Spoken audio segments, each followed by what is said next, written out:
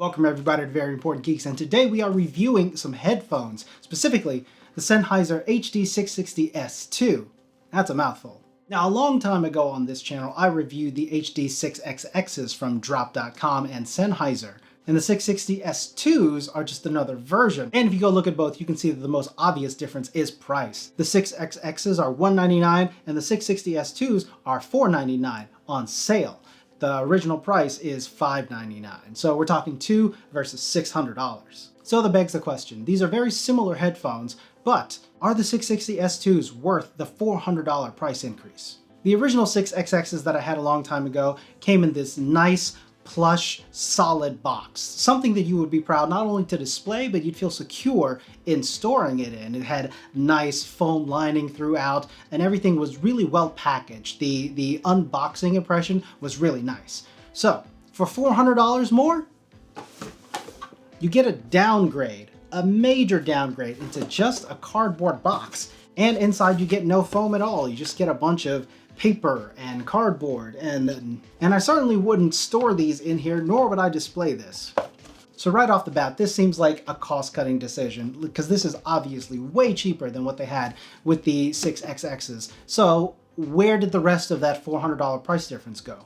So, does it come with anything extra? Well, it comes with a little soft fabric carrying bag. It comes with a 3.5mm adapter, a 6.35mm regular plug, and a 4.4mm balanced cable. Now, I don't recall the 6XXs coming with a balanced cable. I had to go out and buy my own. So I guess you do get the extra balanced cable with these, which is nice. But an extra balanced cable isn't $400. So is there anything else about it? So where these are a little bit different from the other 660, 650, 6XXs is that Sennheiser has reworked the tuning of this to give it a little bit more sub bass and a little bit more lower end. But otherwise, this is a very specific sound signature on this like 600 series of Sennheiser, and I don't think they want to depart too much away from that, but they did want to tune the characteristics a little bit. And in my very subjective listening experience, does it sound like it has a little bit more low end? Yeah, I think you could argue that there is a little bit more lower end, a little bit more punch. I certainly wouldn't by any means call this a bass-heavy headphone if you're into that. It's certainly not that. Sennheiser has a much more clean, almost clinical kind of sound to it. I would say that the mids on this are a little bit more forward. It's certainly not a wide-sounding headphone. You don't get a lot of soundstage. It is much more intimate, and you do feel it like right around here.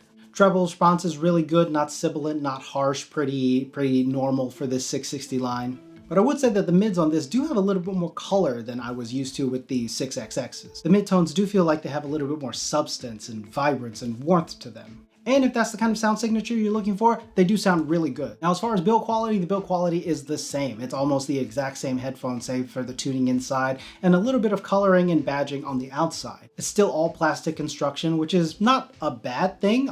At this price range, you see a lot of more metallic headphones, a lot more premium materials, some woods, some precious metals, things like that. These are still plastic, but this is a classic headphone with many owners seeing them last through decades. So the plastic construction really isn't that big of an issue because it has withstood the test of time.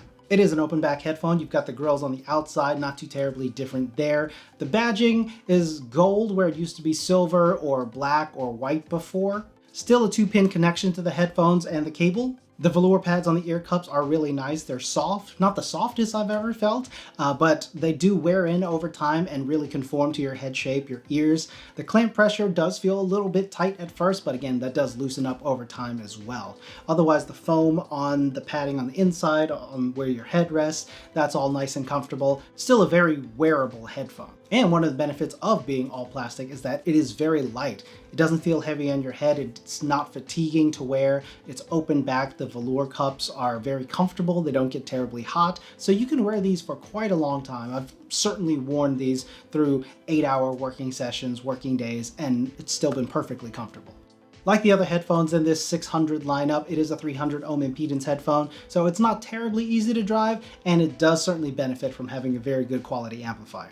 And that about wraps it up for this video. Let me know in the comments, are these a cop for you? Do you have the 6XXs? Are you getting something else? And as always, don't forget to hit that subscribe button, hit that like button, hit that notification bell, and until next time, geek out.